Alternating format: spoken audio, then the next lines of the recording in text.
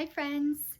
Tonight we're going to read some more of The Tales of Famous Americans by Connie and Peter Roop.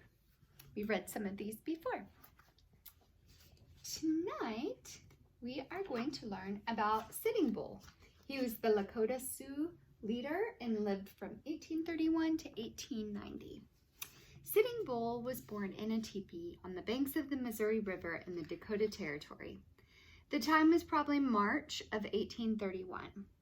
This is the month Sitting Bull's Lakota Sioux tribe called the winter when yellow ice played in the snow. Her holy door, Sitting Bull's mother, wrapped him in a soft, warm fur. His father returns again, proudly told family and friends about his son's birth. His parents called their lively baby Jumping Badger. Jumping Badger watched everything in his world. He saw his mother cooking and his father making arrows. He enjoyed seeing the wind ripple the prairie grass. He watched his people as they worked, sang, danced, laughed, swam, raced, and wrestled. Jumping Badger was slow and deliberate in everything he did, so his parents nicknamed him Honeykinson, or Slow. Slow was a loving name for a boy who looked and thought before he did something. Slow especially liked horses. When he was 3 years old, Slow could ride a horse. 2 years later, he had his own horse. When he was 7, his father trusted him to care for the family's valuable horse herd. The world was Slow's school. His parents and relatives taught him the skills he needed to become a Lakota warrior. He learned how to make a bow and to chip stone arrowheads. He learned how to hunt antelope, deer, and buffalo. And Sitting Bull said, "When I was 10 years old, I was famous as a hunter." This is when he killed his first buffalo. Slow learned to be kind, to ignore pain, and to fearlessly face death. Slow trained to be the fastest runner, the strongest swimmer, and best shot.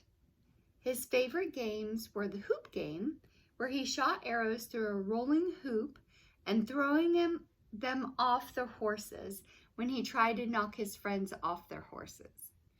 Slow dreamed of becoming a brave warrior like his father. One day, Slow trailed his father, who was going to fight some enemies.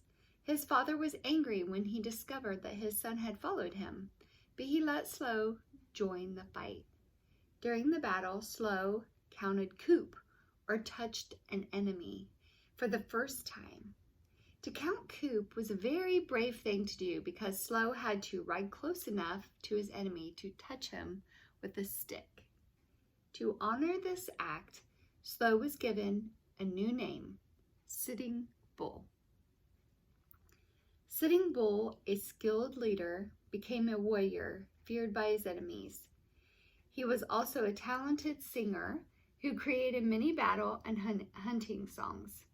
Sitting Bull became a kind man who gave away many gifts, especially to children. As Sitting Bull grew up, Americans traveled through and then settled on the lands of the Lakota. Sitting Bull kept away from the Americans at first, but by 1864, that became impossible. The Americans were taking too much Lakota land. Sitting Bull led attacks on American wagon trains, pioneers, and soldiers. He warned the Americans to stay away from the Lakota land. If the Americans left, he would stop attacking. Sitting Bull said, "Even a bird will defend its nest." Many Native Americans followed Sitting Bull to defend their homeland. When a railroad was built across Lakota land, more battles were fought. In 1876, President Ulysses S. Grant ordered Sitting Bull and other Native Americans onto reservations. Sitting Bull refused to leave the land that he loved. General George Armstrong Custer went to force Sitting Bull onto the reservation. Sitting Bull urged his people to fight back if attacked. Custer and his army attacked Sitting Bull's camp along the Little Big Horn River on June 25, 1876. Sitting Bull, who was now a holy man, didn't join the fight. Crazy Horse, another Lakota warrior, led the Native Americans against General Custer. All of the U.S. soldiers, including General Custer, died in the Battle of Little Bighorn.